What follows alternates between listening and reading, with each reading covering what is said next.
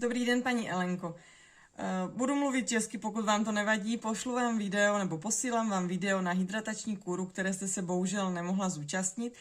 Tak si ji dneska udělám s vámi, aby jsem vám ukázala postup, jak které přípravky použít.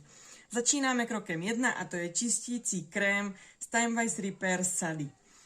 Dáme si ho na navlhčený obličej. Já mám tady navlhčenou žíňku, takže já si navlhčím obličej takto a naneseme si malé množství, opravdu stačí malé množství a na navlhčený obličej si rozetřeme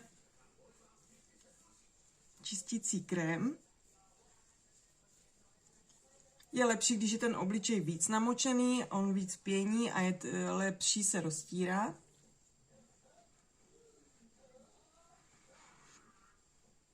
A tím si vlastně obličej vyčistíme. Tak, vyčistěné, já si to pořádně rozmasírovat, aby udělal takovou pěnu. A potom utřít.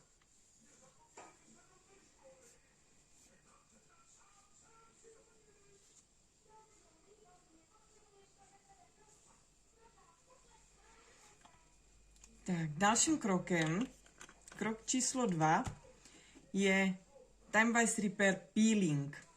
Tento peeling je jemný, neobsahuje abrazivní složky. Je to chemický peeling, který je vhodný i na velmi citlivou pokožku. Takže znovu na navlhčený obličej rozetřeme peeling, pořádně masírujeme. Krásně nám odstraní odumřelé buňky na pokožce.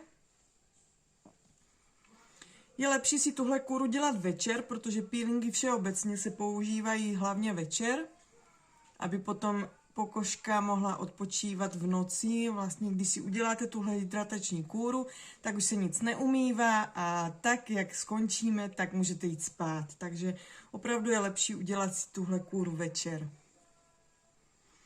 Tak, tento peeling necháváme působit 10 minut.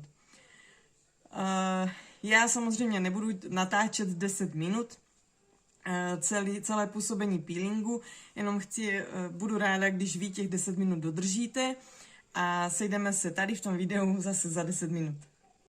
Tak, jsem tady zase po 10 minutách. Po tomto peelingu, je to vlastně tak, originál vypadá takto. Po tomto peelingu byste měla cítit, že je vaše pleť vypnutější, protože tento peeling krásně nejenom odstraňuje odumřelé buňky, ale také pleť vypíná. Můžete cítit takové mírné stáhnutí pleti, jak kdyby byla napnutá. Třetím krokem je opět umývací.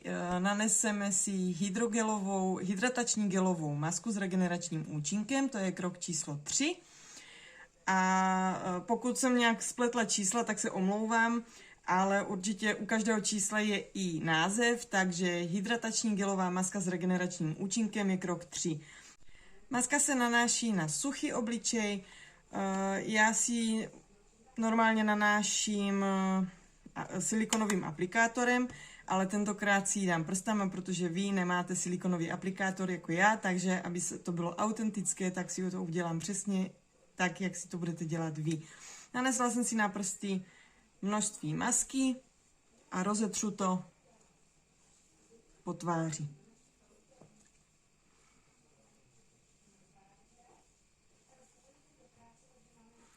Tahle maska se nechává působit 20 minut.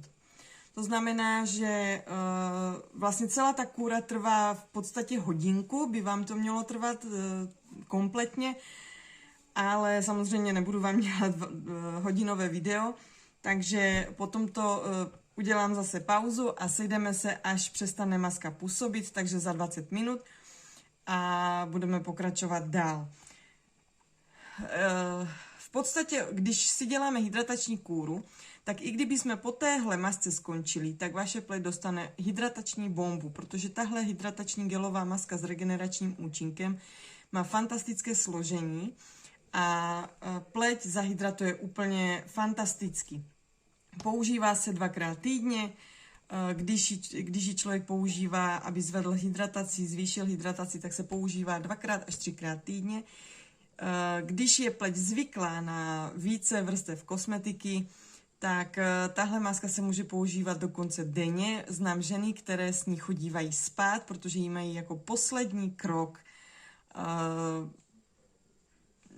v péči. V podstatě poslední krok v péči.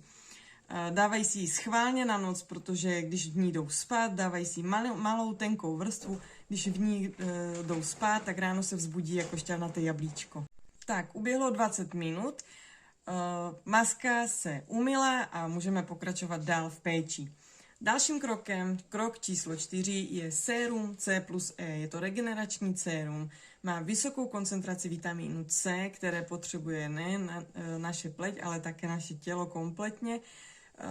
Pokud máme nedostatek vitamínu C, doporučuje se brát nějaké C-čkové doplňky nebo C-čkové vitamíny a pletí dopřát právě vitamin C ze sérum C+E, protože toto sérum obsahuje C až ze 3 zdrojů a navíc je obohacené o vitamin E, který je skvělým antioxidantem a chrání proti volným radikálům. Takže dám si sérum C+E.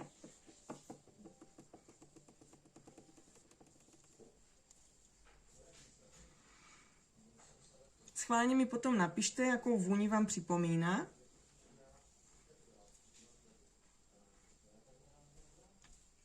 Tak. Nesmíme zapomenout na krk a dekolt, protože tvář končí až tady. Náš obličej končí až tam, kde začínají prsa. Takže krk a dekolt patří k ošetření naší tváře. To je 4. krok. A teď se budeme věnovat očnímu okolí. I když jsem tyhle přípravky dala jako poslední, tak je použijeme teď. Takže na oční okolí použijeme uklidňující oční masku. Je fantastická, je jako když si dáte na oči plátky okurek. Obsahuje výtažky z okurku a obsahuje výtažky z aloe vera. Dáme si ji takhle na prsty. Při ošetření očního okolí používáme vždy prsteníčky, protože mají nejjemnější kůži. Protože jsou to prsty, které se nejméně používají. To znamená, že ta kůže na těch prstech není tak zhrublá a kůže kolem očí je velmi jemná, takže díky tomu, že použijeme prsteníčky, tak tu kůži kolem očí nenarušíme, nepoškodíme nějakým hrubějším zacházením, hrubější kůži na prstech. Takže krásně kroužíme a dopřejeme očnímu okolí osvěžení, hydrataci s uklidňující oční maskou. Tahle oční maska je skvělá, pokud vás trápí oteklé oči, opuchlé oči, černé kruhy pod očima. Má výtažky uklidňující, regenerační a hydratační.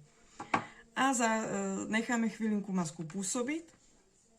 A za chvilinku na to použijeme oční krém z Repair řady. Je to tento oční krém, takhle vypadá originál balení. Takže oční krém z Repairové řady. On má takovou kovovou špičku, která je vytvarovaná tak, aby sedla přímo do toho očního okolí. Takhle si vytlačím oční krém a krásně si ho masíruju tou kovovou špičkou. Krásně to i chladí kolem toho oka. Vy samozřejmě použijete znova prsteníčky, abyste měla ty oči. Tak. Já si to ještě doroztírám.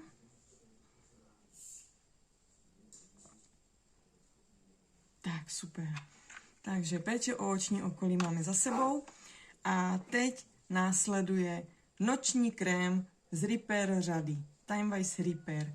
Celá tahle sada Timewise Repair je sada, která účinně bojuje už proti výraznějším vrázkám. Tento noční krém má aplikátor, kde stačí malinko zmáčknout, vyjede taková růžička krému. Tu si rozetřeme na obličej. Stačí opravdu malé množství.